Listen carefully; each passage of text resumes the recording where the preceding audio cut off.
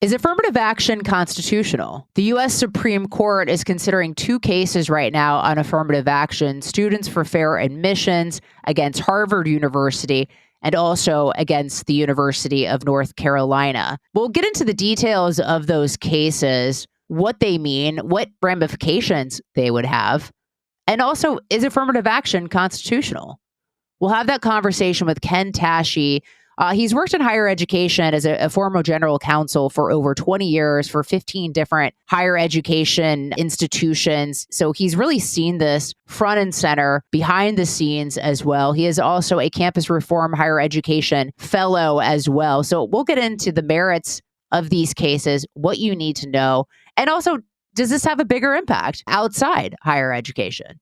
All of that and more with Ken Tashjy. Stay with us.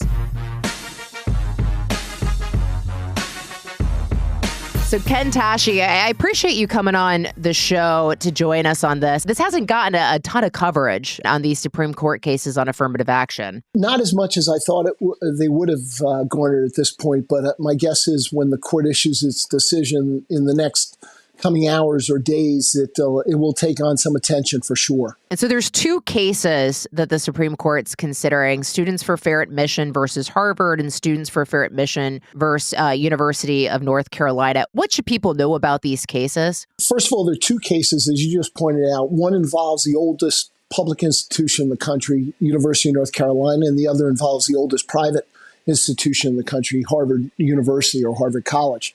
And what the Students for Fair Admissions is claiming in both cases is that the institutions have used race to separate and classify students, all for the purpose of achieving a racially proportionate student body, which really amounts to nothing more than racial balancing or the use of racial quotas, all of which is and has been illegal under federal law for some time. And in the cases, the plaintiffs in the case provide different evidence against each institution, but at the end, it all resonates the same, that race is being used no longer as just a factor in admissions, but in many cases, it's become the factor, a predominant or determining factor, and that was never contemplated by the court when 20 years ago it authorized and permitted the use of race as a factor in college admissions in order to create student body diversity. So that's sort of the nutshell of the cases, or in a nutshell, and it'll be interesting to see how the court analyzes both the evidence that's been presented against both University of North Carolina and Harvard, and how it weighs that evidence with over 20 years of, or approximately 20 years of precedent on this issue. So it's going to be an interesting determination in both cases. So I've not heard of Students for Fair Admissions. What is that group, and then how did this all get started? It's an organization that has focused primarily on the issue of race in higher education. It started this litigation, I believe, back in 2014. Which is I think incredibly interesting that the process has taken this long to get to the level it's at. It was at the district court level, and the court sided with the two universities. It was at the appeals court level, and similarly, it sided with the two universities. And now it's made its way up to the appeals court, the Supreme Court on this matter. And I think one of the nuances of Student for Fair Admissions allegations in this case is that it's not your traditional discrimination case that's being claimed by, say, white students who are alleging that they've been subject to reverse discrimination in favor of black students. What you've got here is the identified population that's being discriminated against is from an underrepresented class, Asian students. And they are asserting that they're losing out on admission opportunities to white students. So it's a little bit of a twist on the traditional manner and method in which these cases have been brought forward.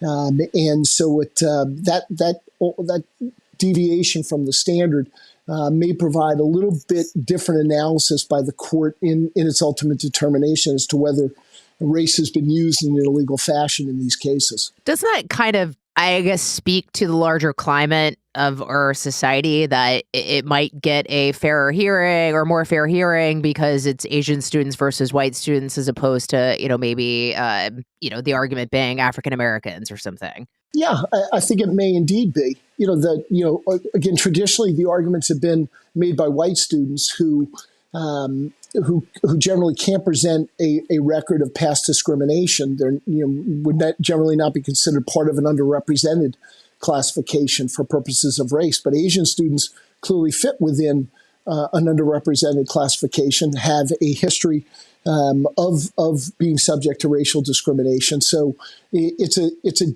different approach on a common issue, but it's a unique approach that Students for Fair Admissions have taken in light of, I think, historically not being successful under the traditional model of a white student claiming race discrimination. We'll take a quick commercial break. More on these affirmative action cases. Why do you think it's taken so long to reach the Supreme Court? You had mentioned, I believe, 2015 when this all got kicked off, and that has taken quite some time. So why do you think? Does that speak to anything? Does that mean anything? It speaks to the old comment about litigation work, that it's all about hurry up and wait. And I just think this process reflects that. Taking a case from a U.S. District Court, and then appealing that case to a U.S.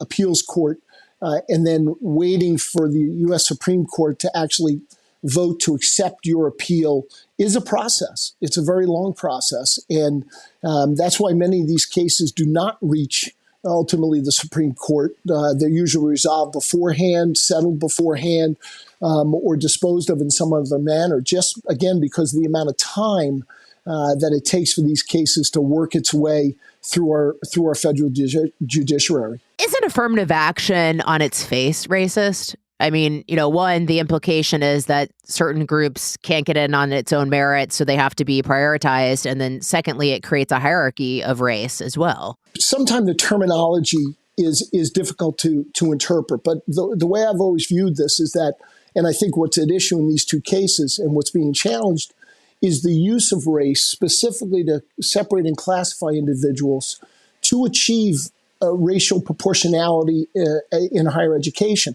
And while that may sound like a laudable goal, it cannot be accomplished through the use of race as a primary or determining factor when seeking to achieve racial diversity on campus. There may be a whole lot of reasons why racial diversity is important on campus, as there are a lot of good reasons why other diversity is important, whether it be socioeconomic or geographic or experiential or ideological. But it's how you get there is the real question. And that's where I think the impetus of this challenge, the focus of this challenge lies. It's not on specifically challenging diversity in higher ed. It's how they're getting there. And the argument primarily is that race is being used in a much broader manner than it was ever contemplated. And that, I think, is what makes these the procedures used at Harvard and University of North Carolina and virtually at every other public and private institution in the country illegal, given the circumstances and the parameters that were established by the court back in 2003 when it set the foundation for the use of race as a criteria in admissions. I mean, is it? That is what's being argued by Students for Fair Admissions, and I think the statistics bear that out, that it's become more than just a factor in admission. And part of this, too, is if it is only a factor in admission, which is what the court limited to 20 years ago, and in the most recent oral arguments, I think the court acknowledged that there was 30 or 40 other factors in admissions that were being considered. It begs the question, if you were to drop only one of those 30 or 40 other factors, how would that have a devastating impact on the admission rates of underrepresented students? And the answer only is if it was given much greater weight than it just being one factor, that it is no longer just one factor, but in many cases it is the factor. And it's become the thumb on the scale for admission purposes, which was never the intent of the court 20 years ago when it authorized the use of race. And you only have to go as far as listening to the oral arguments and lead counsel for Harvard, who acknowledged that race is a determining factor in admission at Harvard in some cases, which on its face is an illegal use of race as a determining factor. And so there's evidence that was presented to support that position. In the oral arguments, did Harvard say why it has become a determining factor for them? Well, I think they try to qualify it in a couple of different ways. One of the primary arguments against Harvard had to do with the manner in which it evaluates through its application process Asian Americans or Asian applicants. And the argument being made against Harvard is that it's not using race as a plus factor relative to Asians, again, which are from an underrepresented classification, but they're using it actually as a negative factor.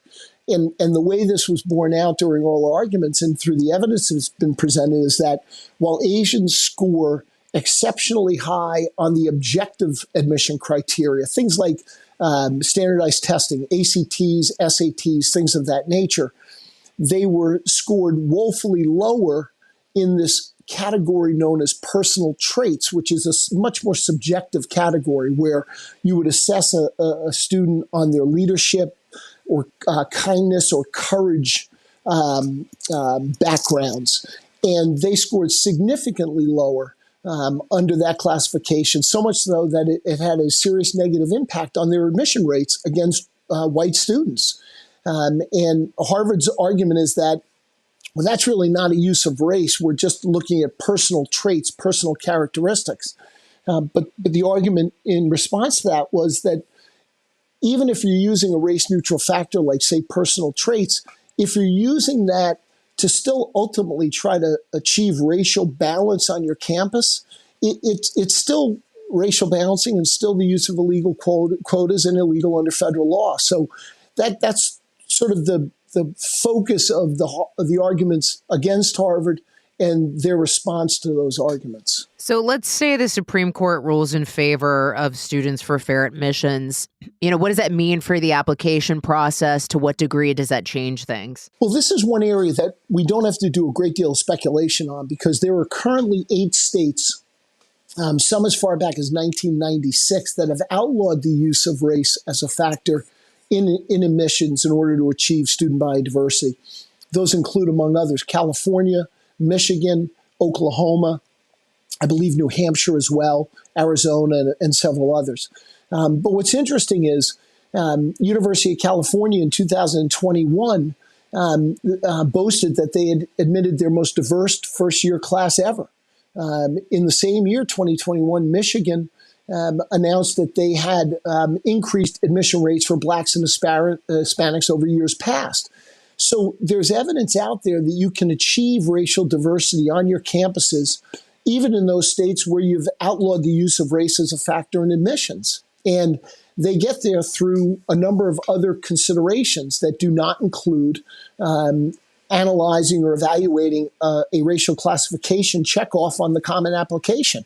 So they'll focus on things like socioeconomic class or geography or experiential diversity, or even, in some cases, maybe ideological diversity. And frankly, wouldn't it be nice to have a little bit more ideological diversity on our college campuses these days?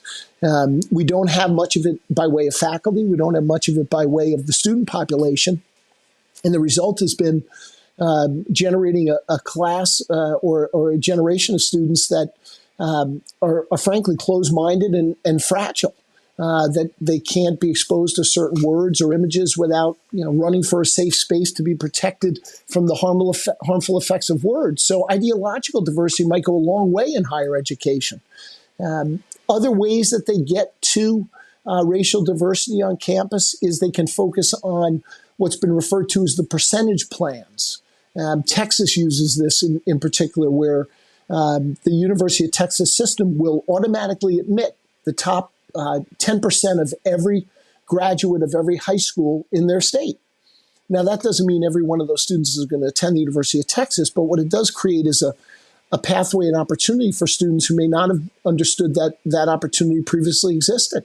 They may also enhance their recruitment efforts in underrepresented communities and focus primarily, say, on first-time college goers whose families have no experience with filling out college applications or financial aid forms. And to focus more heavily in those areas on recruitment could indeed expand your base of students that have all types of diversity that could contribute to the educational environment.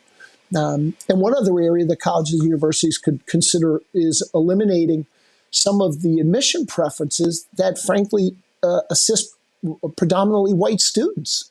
Those include automatic admission for the children of faculty, of staff, of alumni, of donors. So these are the kinds of race-neutral approaches, some or maybe all, that have been utilized around the country by these 8 states that continue to boast strong diversity rates while maintaining academic competitiveness. So that's the route the country and the institutions are going to have to take if, in fact, the court rules that race can no longer be considered a factor in admissions. But in order to reach a place where, these colleges and universities are truly seeking ideological university, I mean, wouldn't there have to be bigger reforms within higher education? Because the problem is a lot of the people at the helm of power at these various universities and decision-making authority are liberal. I agree with you. It would take a whole change of mindset. But if in fact these institutions are serious about diversity on campus, then they need to think long and hard about diversifying their campuses with regard to ideology. I mean, if one of the goals is to expose students during their college career to varied ideas and views and positions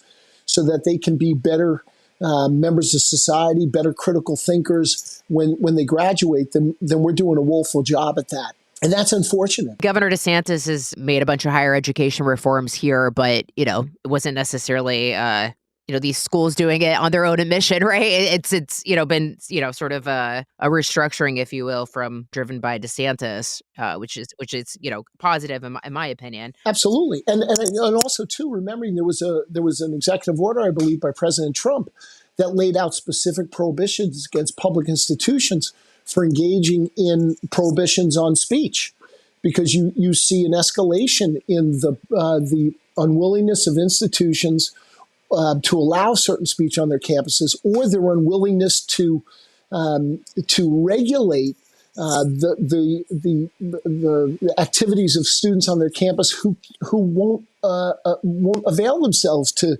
hearing or being exposed to different views or positions. So there's a long way to go in that area. You've worked in higher education for a long time, a former general counsel for, I believe, over 20 years for 15 different higher education institutions. How much have colleges and universities changed since you started in all of this? I go back really to the mid-1980s when I started working as an administrator in higher education. And then my career sort of transitioned into the legal side. But I, from my perspective, what I've seen as a significant change is an incredible amount of time and attention and resources dedicated to under the umbrella of diversity, equity, and inclusion. And while some of those efforts are laudable, it always takes away from those other core principles and mission of an institution, which is to expand critical thinking, which is to expand exposure to varied ideas and positions and opinions. And to me, that has been one of the big disservices in higher ed over the last 20 or 30 years. I can tell you one other area that I've been most concerned with, and I've written on this as well, is while institutions of higher education champion the idea of diversity and talk about how racial diversity is an indispensable part of the educational experience and the educational environment, over the better part of the last 15 or 20 years, we've seen an exponential increase on college campuses of supporting or even promoting racial segregating practices. We've seen it through minority-only housing options, minority-only student organizations, minority-only student orientation programs, minority-only graduating programs. I believe Columbia hosts 6 or 7 commencement programs for any number of students according to race or ethnicity or gender. And again, that does nothing but separate and classify individuals according to racial lines. And it also overshadows what should otherwise be the commonality of the shared student experience, and ends up replacing that with this sort of current day grievance mentality and this perception that we have these irreconcilable differences and divisions based on race. And that's really unfortunate in a society that should be dedicated to colorblindness. And I've seen an exponential increase in those kinds of activities over the better part of the last 15 or 20 years. See, I view diversity, equity, inclusion as racist, and I think it's going to be the death of America and the death of institutions, because inevitably you're elevating people who shouldn't be in those positions based off of merit, right? So it'll lead to the demise of whatever institution, it is. Do you think outside of college admissions, would these cases have an impact on the rest of the country? I mean, because, you just pointed out, basically the rest of the country, all these institutions are obsessed with diversity, equity, inclusion. So does this have a broader impact potentially elsewhere? If the court rules to eliminate race as a factor, which I believe is strongly likely, it's ironic that we've only preserved the use of race in this very narrow sliver category of college admissions.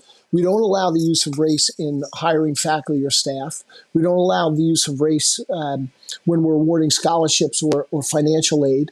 The Supreme Court's been clear that you cannot use race as the basis for making elementary or secondary education school assignments. So the question always remains, why are we preserving in this one very narrow category when we've pretty much removed it from most other corners of society? And I think that is going to be an important consideration for the court here. We've historically had issues of potential use of race in this manner in the employment setting. We have lots of federal and state laws that prohibit race discrimination. You generally cannot use race as a factor for making a hiring decision. But as far as diversity, equity, inclusion, and programming and the philosophy, it has exponentially increased, I believe, beyond higher education. It's now in corporate America, as we can see in most facets there. And I think it's gotten away from the original intent, which was to create an environment where all students, at least in higher ed, create an environment where all students would be exposed to varied backgrounds, experiences, individuals, ideas that would enhance the educational experience. And I think we strayed very far from the original intent. Can people find your work? Well, you can find my work on campusreform.org, which is part of the Leadership Institute. And I serve there, among others, as a higher education fellow. And the website does a lot of work in and around higher education issues. And that's been my primary focus for the better part of 30 years now. Is there anything else you'd like to leave us with before we go? I just think that we have a record currently that shows and demonstrates that you can indeed achieve racial diversity if that's the primary goal on college campuses through the use of non-racial factors. But I would always emphasize, I would do this with my clients, and I'm doing it currently, that we need to really broaden the base when we talk about exposing and expanding diversity on our college campuses. It's got to be a much broader diversity brush than just focusing on race, because one of the things that does is it perpetuates this ongoing racial stereotyping. It's the height of arrogance for college administrators to sit in their office and believe that they can predict the views and experiences of individuals based solely and exclusively on their racial classification. We just really need to get away from the belief that skin color is a predictor or a proxy for life experience. And until we get there, we're going to continue to struggle with the use of race in this context. And I would leave you with what I thought to be a very instructive comment by Justice Roberts several years ago in a case involving race, where he commented that the way to end discrimination based on race is to stop discriminating based on race, period. And, I think if the court rules in the manner in which I believe it's going to, we're going to be in that position to have to move forward in a positive, hopefully, and productive manner. Good to hear. I would agree with those points. Ken, Tashjy, thank you so much for coming on the show. I really appreciate your time. Oh, Lisa, listen, thank you so much for the opportunity to speak with you. Thank you. That was Ken Tashjy.